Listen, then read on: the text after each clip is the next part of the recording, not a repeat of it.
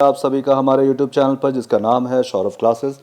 आज मैं MA semester 1 के पहले पेपर जो है FC1, इससे इतिहास में आकस्मिकता विषय लेकर उपस्थित हुआ हूँ, जिसे हम कंटीजेंसी इन हिस्ट्री भी कहते हैं। तो चलिए शुरू करते हैं। इतिहास में आकस्मिकता से आप क्या समझते हैं, वर्णन करें। इतिहास में आकस्मिकता अथवा संयोग मूलतः नियतिवाद की एक मान्यता है। दरअसल घटना के कारणों की व्याख्या में यह प्रश्न सामने आता है कि इतिहास में सब कुछ स्वाभाविक और सामान्य रूप से हुआ है अथवा सब एक संयोग की बात रही है। इस पर हम पाते हैं कि सब कुछ संयोग से नहीं होता, इसके विशेष अथवा अनेक कारण हो सकते हैं। इस तरह हमें दो पहलू दिखाई देते हैं। पहला पहलू बताता है कि सब कुछ संयोग से होता है, जबकि दूसरा पहलू यह बताता है कि संयोग के अतिरिक्त कुछ अन्य कारण भी होते हैं जो घटना के कारण होते हैं। इतिहास की आकस्मिकता को बेहतर ढंग से समझने के लिए हम इसे दो पहलुओं की विस्तृत चर्चा करते हैं, जो निम्नलिखित है। पहला, इतिहास में संयोग। Professor E.H. कार के अनुसार इतिहास कम अथवा अधिक संयोगों का एक अध्याय है। घटनाओं का ऐसा क्रम जिसका निर्णय संयोग करते हैं, उनका कारण अत्यंत सामान्य होते हैं। इस क्रम में उन्होंने अनेक उदाहरण प्रस्तुत किए हैं। एक्टियम के युद्ध का परिणाम यथोचित कारणों का परिणाम नहीं, बल्कि क्लियोपेट्रा के प्रति एंटोनी का आकर्षण था। गठियाग्रस्त होने के कारण जब बजाजेट मध्य यूरोप में आक्रमण करने में असमर्थ रहा, तो उसके संबंध में गिबन का मत है कि एक व्यक्ति के किसी अंग विशेष पर त्रिदोष का प्रकोप होने के कारण राष्ट्रों की विपत्ति रुक या टल सकती है। 1920 ईस्वी में शरद ऋतु में यूनान के सम्राट अलेक्जेंडर की मृत्यु पालतू बंदर के काटने से हो गई। परिणाम स्वरूप दुर्घटनाओं का क्रम प्रारंभ हो गया। चर्चिल बताते हैं कि बंदर के काटने से अलेक्जेंडर की मृत्यु के कारण यूनान में करीब 2.5 लाख लोग मारे गए।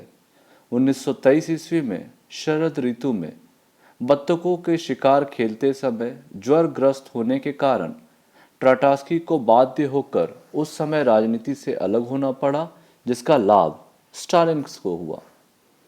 भारतीय इतिहासकारों ने भी संयोग के व्यापक प्रभाव को स्वीकार किया है।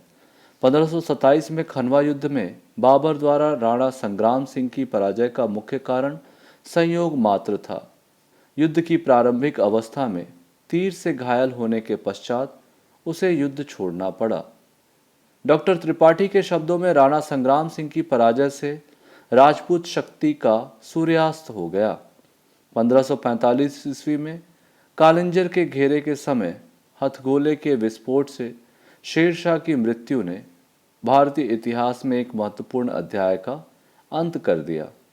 1556 ईस्वी में पानीपत के द्वितीय युद्ध में 22 युद्धों का विजेता हेमू की पराजय का कारण संयोगवश उसका घायल होना था। सैनिक शक्ति की दृष्टि से उसकी विजय निश्चित थी, परंतु आकस्मिक घटना ने विजय को पराजय में बदल दिया। इस प्रकार संयोग के परिणाम स्वरूप आकस्मिक घटनाओं ने इतिहास की गति को ही बदल दिया। पोलिबियस ने भी संयोग के निर्णायक प्रभाव को स्वीकार किया है। गिबन ने रोमन साम्राज्य के उदय को संयोग का परिणाम माना है। रोमन साम्राज्य के पतन पर टेसिटस ने संयोग के प्रभाव पर विस्तृत विचार किया है।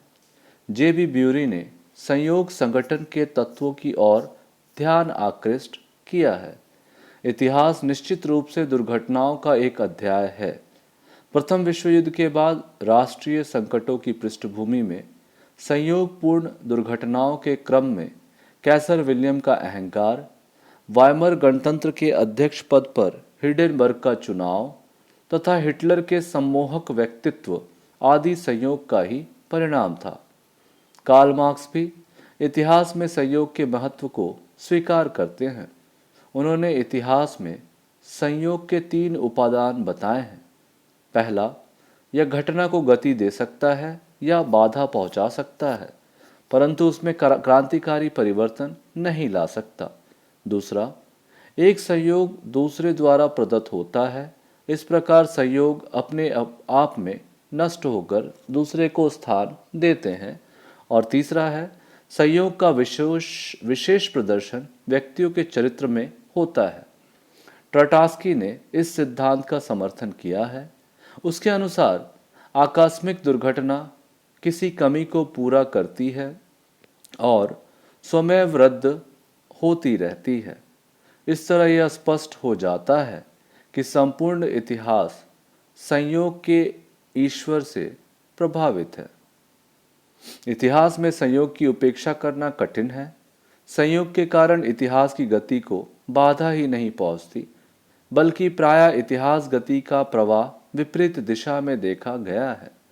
1556 ईस्वी में हेमू के नेतृत्व में उदयमान अफगान शक्ति का अचानक लुप्त हो जाना तथा सम्राट अकबर की शक्ति पुनः प्रतिस्थापित होना संयोग के प्रभाव को स्पष्ट करता है।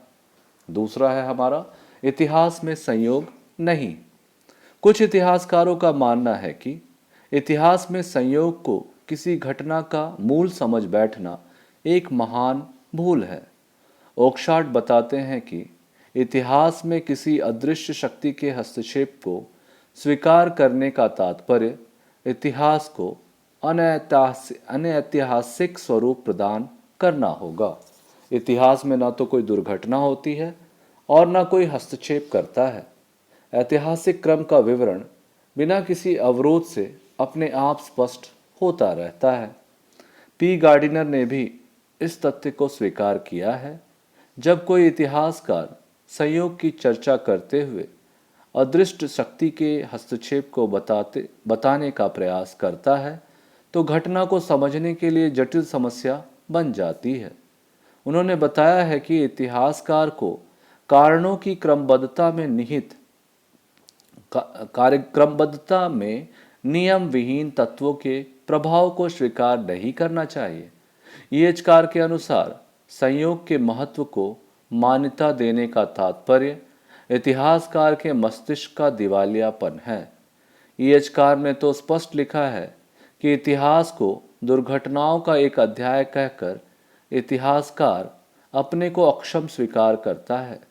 इतिहास में दुर्घटना या संयोग की समस्या का समाधान कारणों की गवेषणा में होनी चाहिए। इतिहास में संयोग नहीं होने के संबंध में भी इतिहासकारों ने अनेक उदाहरण प्रस्तुत किए हैं।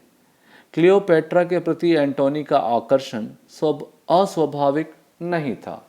स्त्री सौंदर्य के प्रति पुरुष की आसक्ति दैनिक जीवन में कार्यकरण संबंध का एक अत्यंत स्पष्ट तथा स्वाभाविक तथ्य है। इतिहासकारों को इसे संयोग की संज्ञा देकर अनावश्यक महत्व नहीं देना चाहिए।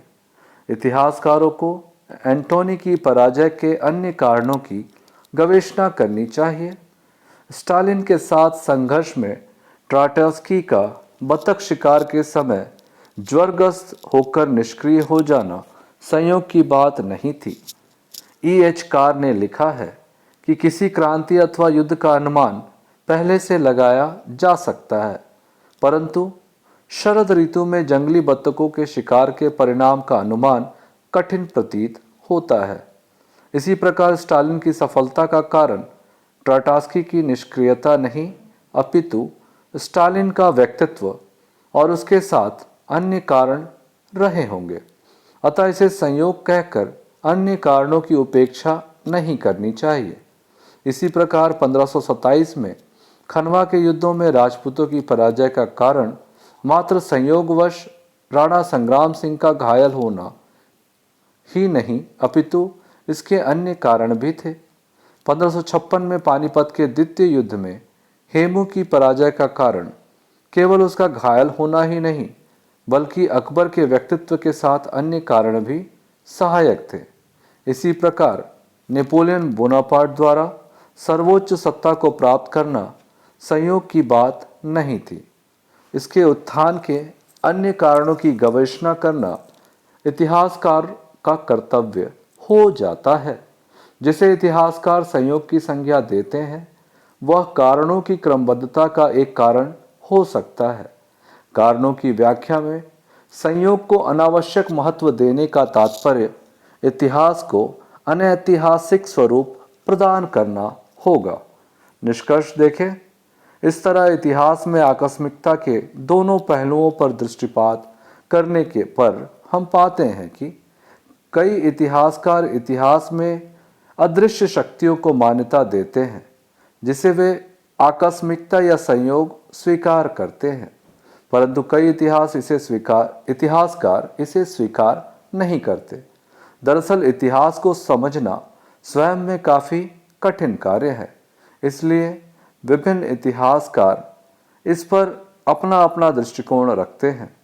निष्कर्ष स्वरूप हमें देखें तो पाते हैं कि इतिहास में किसी घटना का घटित होना कई कारणों से होता है, लेकिन कभी कभी कुछ ऐसी घटना भी घटित हो जाती है जो कि संपूर्ण घटनाक्रम को बदल देती है।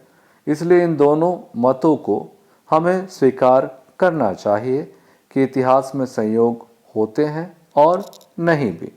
तो इस प्रकार से हमारा यह विषय यहीं समाप्त होता है। धन्यवाद।